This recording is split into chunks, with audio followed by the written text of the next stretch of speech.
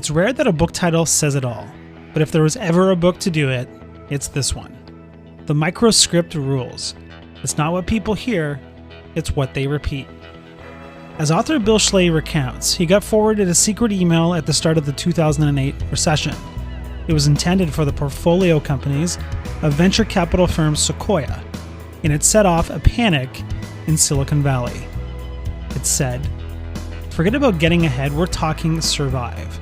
All assumptions prior to today are wrong. Do it right, and you may be able to capitalize on this downturn and live. Nail your marketing message now. Measure everything and cut what's not working." A key takeaway: you can't quit marketing and selling and stay in business. But if you keep spending fantasy bucks and don't deliver an ROI, you're toast. Of course, nailing your marketing message is good advice, recession or otherwise. And I've never used testimonials from jacket covers in our summaries before, but these two, by legendary marketing thinkers Jack Trout and Al Ries, are too good at explaining what microscripts are all about.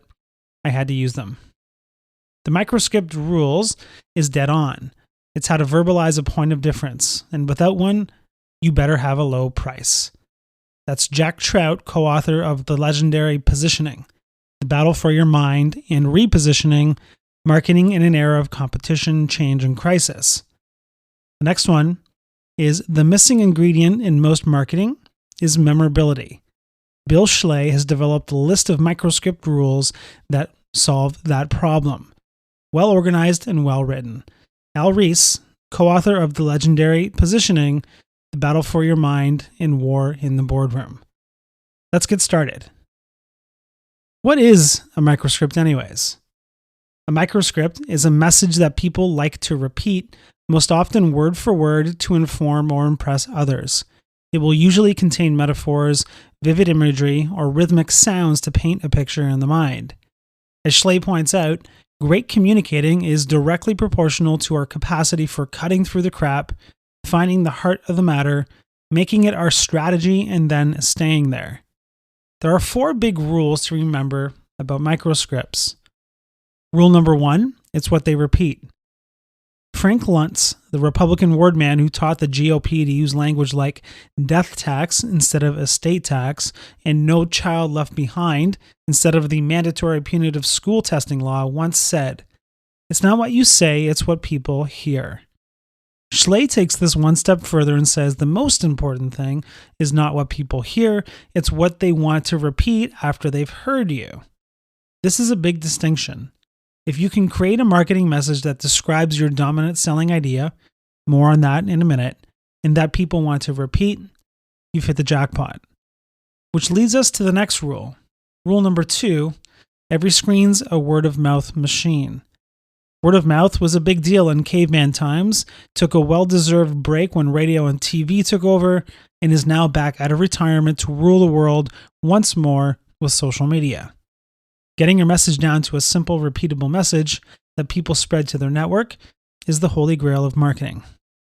Why? Well, it's because of rule number 3. What they want to repeat are microscripts. Raise your hand right now if you've ever been to Las Vegas. Now keep your hand up if somebody in your group slyly winked at the rest of you and said, "Hey, what happens in Vegas stays in Vegas." You can put your hand down now. Just do a simple search of your favorite social media network for that phrase, and you'll realize that it's alive and well, selling Las Vegas as the destination for when you want to get away from it all and let loose. And finally, rule number 4, build them on dominant selling ideas. As Schley points out, a dominant selling idea is the one most unique, important, and ownable advantage that you can claim that others don't. Your single best differentiating attribute. It's brand positioning brought to its sharpest, most specific edge. Safest car, the dentist's #1 toothpaste, the working man's favorite beer, the fastest headache pill. Here's an example of a dominant selling idea and its microscript counterpart. DSI, if the glove you found at the crime scene doesn't belong to O.J. Simpson, he must not be guilty. Microscript, if the glove doesn't fit, you must acquit. Why this is important? The right 5 words will always beat 5,000. Why? Human beings don't consume your marketing message like you think they do. You present them in a boardroom to a captive audience who listens and obsesses over every word. But your target market couldn't care less. Not only are they bombarded with thousands of other messages every single day, they are also in a rush and most likely stressed out about something going on in their lives. And when things get tense and overwhelming for people, built-in heuristics take over. We make snap judgments based on the smallest amount of data. We try and cut to the heart of the matter, even if we're off the mark by a country mile. All to say, we have a bias against things being complicated. It's why the sayings, "what happens in Vegas stays in Vegas," "if the glove doesn't fit, you must acquit," and "guns don't kill people, people kill people," are still being passed around today, even though they were first said decades ago. Remember, the idea that's sayable is always more playable. Here are some more examples to get your creative juices flowing. It's made from sugar, so it tastes like sugar. Splenda used that microscript to rocket to a 50% market share within 3 years of being introduced. The whole made from sugar thing was a stretch, and the scientist who accidentally discovered Splenda was trying to invent a new insecticide. However, even a successful lawsuit by their competitors banning them from making the claim about sugar didn't make a dent in their rise to success. Michael Pollan, a guy who probably doesn't like Splenda at all, wrote a best-selling book called In Defense of Food. It contained 244 pages, but the first 7 words on the very first page said this: "Eat food, not too much, mostly plants." Pollan had to apologize that he'd given away the entire book in the first 7 words and had to find a way to fill the other 200 pages. Now that's a book summary. Go ahead and search for that exact phrase on your favorite social network, and you'll see it quoted multiple times daily, even though the book was published in 2008. Sticking with the theme, here's another book summary. A Talmudic scholar was once asked if he could explain the Bible. He said that he could do it in one sentence: "Do unto others as you'd have others do to you." The rest, he said, is commentary. And if a New York Times bestselling book and the entirety of the Bible can be boiled down to a simple, repeatable phrase that gets to the heart of an idea, so can your product, service, or company. Finding your dominant selling idea. Notice that it's a dominant selling idea, singular, not plural. That's because all great value propositions have a single promise, not 2, 3, or 20. It's one attribute or advantage that's most important to the target that you do best. Safest tire, fastest human, the only shoes that breathe. Here's the thing. When you give somebody a data dump, they'll simply pick out whatever idea they deem to be most important to them anyways. So you might as well make it the one thing you want them to walk away with. Here's some current brands that do a great job with their DSIs. Splenda, the non-artificial low-calorie sweetener. Geox shoes, the first shoes that have ventilation in the soles. Geico, the car insurance that's 15% cheaper. But what you were probably thinking in your head were the microscripts that go along with those DSIs. Splenda, made from sugar so it tastes like sugar. Geox, the shoes that breathe. Geico, 15 minutes saves you 15%. So here are the 5 ingredients that those brands use to enable their proposition to be a dominant selling idea. It tells people that you are, number 1, best at. It says you are number 1 at something, the best blank, the only one with blank, the most blank, etc. Number 2, it's important. What you're number 1 in has to be something that matters. Number 3, it needs to be believable. There has to be a unique, plausible reason why you claim the above that makes logical sense. 4, it needs to be measurable.